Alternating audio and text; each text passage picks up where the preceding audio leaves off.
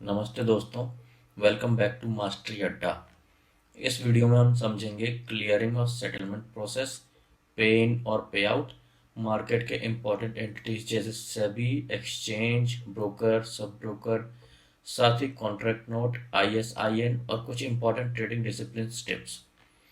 ये topics market की backbone है, तो ध्यान से समझिएगा। पहले हम देखते हैं क्लियरिंग एंड सेटलमेंट।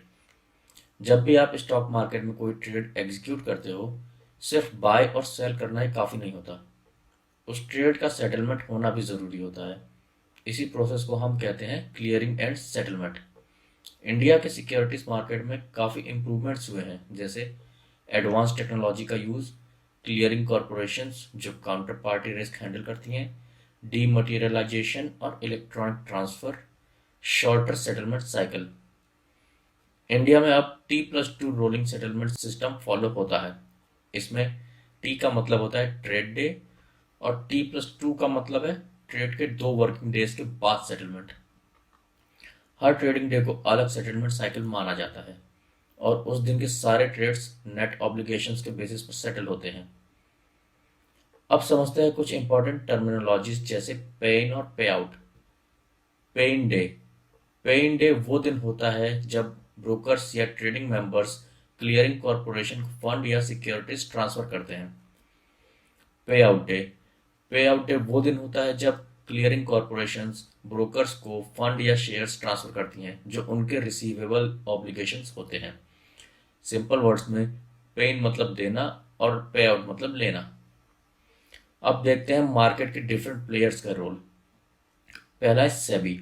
सेबी का काम होता है इन्वेस्टर के इंटरेस्ट को प्रोटेक्ट करना, सिक्योरिटीज मार्केट को रेगुलेट करना, ब्रोकर्स की एक्टिविटीज मॉनिटर करना। दूसरा है स्टॉक एक्सचेंज। स्टॉक एक्सचेंज एक प्लेटफॉर्म प्रोवाइड करता है जहां बायर और सेलर मिलते हैं। स्टॉक एक्सचेंज रूल्स और रेगुलेशन सेट करता है, फेयर ट्रेडिंग इंश्योर करता है।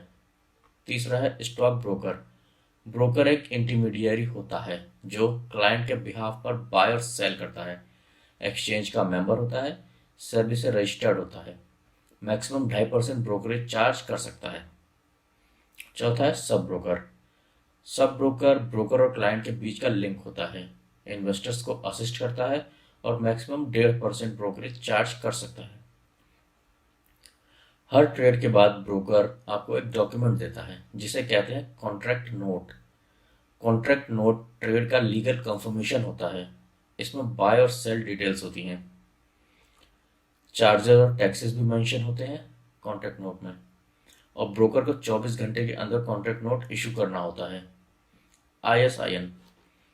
ISIN का मतलब होता है international securities identification number.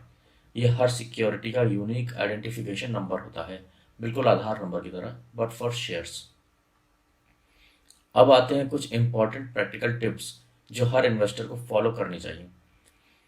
Investment कोई गेम नहीं है।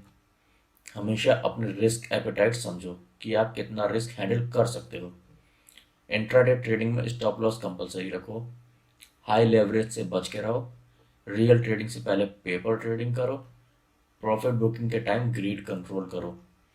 एक सिंगल ट्रेड में 10% से ज़्यादा लॉस मत लो। एंट्री से पहले टाइम होराइजन डिसाइड करो और डिसिप्लिन के साथ ट्रेडिंग प्रिंसिपल्स फॉलो करो। याद रखिए, डिसिप्लिन फॉलो करोगे तो पैसा बचेगा, डिसिप्लिन तोड़ोगे तो लॉस पक्का है।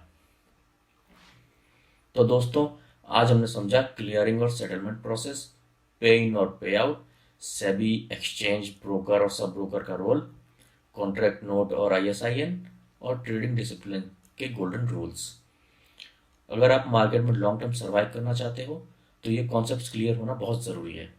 वीडियो पसंद आए तो लाइक ज़रूर करें, शेयर करें अपने दोस्तों के साथ और मास्टरी अड्डा को सब्सक्राइब करें। और अगर आपने अभी तक डीमैट अकाउंट ओपन नहीं किया है तो डिस्क्रिप्शन में लिंक दिया है, वहाँ से आप सिंपल स्टेप्स में डीमैट अकाउंट ओपन कर सकते हैं। मिलते हैं नेक्स्ट लेक्चर में।